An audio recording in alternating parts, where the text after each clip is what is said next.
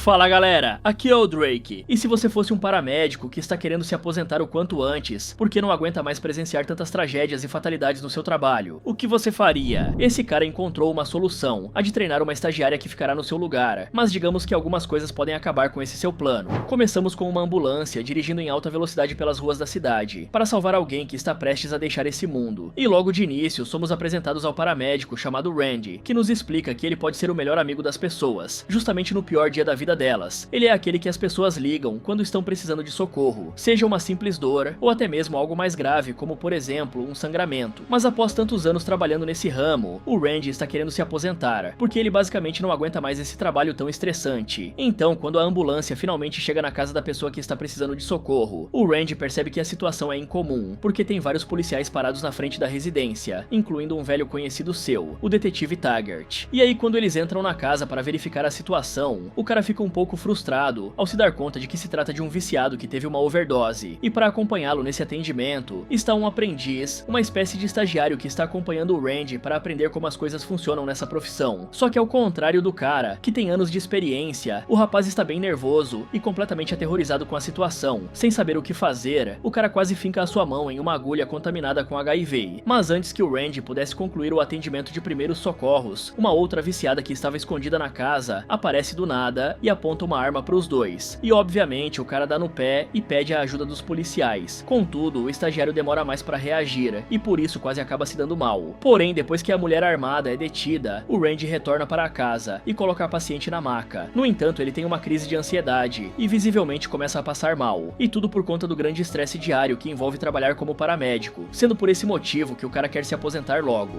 Passando para dentro da ambulância, a caminho do hospital, o Randy injeta na mulher um medicamento chamado Narcan, que é utilizado para reverter os efeitos de uma overdose de opioide, como a heroína. Então assim que a mulher acorda, ela vomita no rosto do estagiário, gerando uma cena bem nojenta, e ainda por cima reclama com o Randy, porque ele cortou os efeitos da paradinha que ela tinha usado quando injetou o remédio. E quando a situação parecia ter sido resolvida, a viciada entra em um estado de fúria e consegue se soltar da maca. O cara até tenta pará-la usando a força, mas adivinha só, a mulher pega uma seringa contaminada que estava em seu bolso e finca na perna dele, o contaminando com sabe-se lá o que, talvez com hepatite ou HIV. E aí para ajudá-los, o Mike, que é o motorista da ambulância, para o veículo no meio da estrada e aparece para dar uma força, literalmente falando. E no final de tudo, o Randy consegue colocar a mulher para dormir, golpeando a cabeça dela com um galão de oxigênio. Já ao chegar no hospital e entregar a mulher aos cuidados do médico, o cara obviamente não menciona a parte em que ele agrediu a paciente. Por mais que tenha sido legítima defesa, o Randy poderia se complicar mesmo assim. E não que isso seja importante, mas o estagiário decide se demitir logo no primeiro dia, nos mostrando o quanto esse emprego é difícil e desafiador. E após terem feito a sua parte, o Randy e o Mike vão embora do hospital, e enquanto caminham, podemos ver o salário de cada funcionário, sendo que os dois amigos ganham disparado o menor salário de todo o hospital, ganhando menos até do que o faxineiro, revelando que apesar de terem uma profissão tão importante, não são nada valorizados. Agora, na semana seguinte, o Randy comparece a uma entrevista de emprego, ainda na área da saúde, que é a sua especialidade, porém para trabalhar com seguros e planos médicos. Só que ao ser questionado do porquê deveriam contratá-lo, o Randy faz um grande desabafo e até chega a chorar, explicando que está tão cansado e sobrecarregado do emprego como paramédico, que qualquer dia desses ele pode cometer um erro fatal, que cause a morte de um paciente. Mas após o desabafo, o entrevistador pensa que o Randy é maluco e decide não dar continuidade, o que deixa o cara bem frustrado. De volta ao seu trabalho, o Randy conversa brevemente com a sua chefe, chamada Shanice, que pergunta se ele aproveitou a semana de folga, que ganhou após levar a agulhada contaminada da mulher viciada. O Randy explica que teve que fazer um tratamento médico para não pegar uma doença, e implora para que Shanice não o mande novamente para as ruas, revelando que não está em condições para trabalhar por conta das crises de ansiedade e do estresse acumulado. Mas apesar disso, a Shanice diz que o Randy terá que voltar ao trabalho de qualquer maneira, visto que a unidade está com poucos paramédicos, e tem dezenas de pessoas ligando para a emergência a todo momento, precisando de ajuda. Instantes depois disso, o Randy se junta ao Mike na ambulância para mais um dia dessa árdua batalha. Porém, ao se deparar com a nova estagiária, que ficará no lugar daquele que se demitiu, o cara visivelmente demonstra um desconforto, já que ele não está nada animado para ser a babá de um outro estudante que ficará perdido e sem saber o que fazer. No entanto, ao conversar com a Jessica pela primeira vez, o Randy se dá conta de que ela é bem mais esperta e diferente do que os outros estagiários, porque a Jessica aparenta ter a malícia das ruas, no bom sentido, é claro. O cara até tenta assustá-la, falando que a jovem terá que ver sangue e várias outras coisas horríveis, só que ela não demonstra estar nem um pouco preocupada com isso. Já na primeira parada da equipe, a Jessica fica um tanto surpresa ao ver que eles não pararam para socorrer socorrer alguém, e sim para fazer um lanche. E esse cara até reclama que o Mike estacionou em 3 vagas, ao invés de uma só. Porém o Mike explica que eles estacionam assim para sair mais rápido caso surja uma emergência. Então dentro da lanchonete, o Randy vê uma placa, onde diz que profissionais que atuam na área de resgate de pessoas podem pedir café de graça, mas a atendente corta o seu barato, revelando que o café grátis é apenas para policiais e bombeiros, e não se aplica a paramédicos. Passando para o primeiro atendimento do dia, trata-se de um morador de rua que está andando sem as calças pela cidade, dizendo que é o próprio Satanás. E aí ele fica parado na frente da ambulância, falando várias maluquices. Só que ao invés de colocar o cara à força dentro do veículo para sedá-lo, o Randy consegue resolver a situação, dando para o maluco o lanche que havia comprado há alguns minutos atrás na lanchonete. Dessa forma, o morador de rua se acalma e para de atormentar a vizinhança porque recebeu comida. Porém, a Jessica discorda da solução adotada por Randy, porque segundo ela, eles teriam que ter sedado o cara para acalmá-lo e depois o levado para um desses CAPs da vida, onde receberia tratamento psicológico, conforme consta no manual. E o Randy até explica que eles não são heróis, e sim trabalhadores comuns, que apenas precisam resolver a situação da forma mais eficiente possível, evitando passar por situações estressantes, e portanto dar comida ao sem-teto funcionou melhor. E segundo o Randy, esse é o segredo para durar tanto na profissão de paramédico, tentar não se estressar com situações que podem ser facilmente resolvidas, sendo por esse motivo que ele está há quase 19 anos nisso. Já na próxima parada, eles se deparam com uma situação bem mais grave, onde um homem bateu o seu veículo e está desacordado no banco do motorista. Então, sem perder tempo, o Randy quebra o vidro usando essa ferramenta, para abrir a porta e assim ter acesso à vítima que está dentro. Mas ao contrário do estagiário anterior, a Jessica se mostra bastante útil, mesmo ficando um pouco nervosa. Ela até faz a sua primeira massagem cardíaca, e fica assustada quando sem querer acaba quebrando uma das costelas, ao aplicar muita força na massagem. Só que o Randy explica que isso é na verdade um bom sinal, porque eles conseguem curar uma costela quebrada, mas não conseguem curar alguém que morreu, porque o coração parou de bater.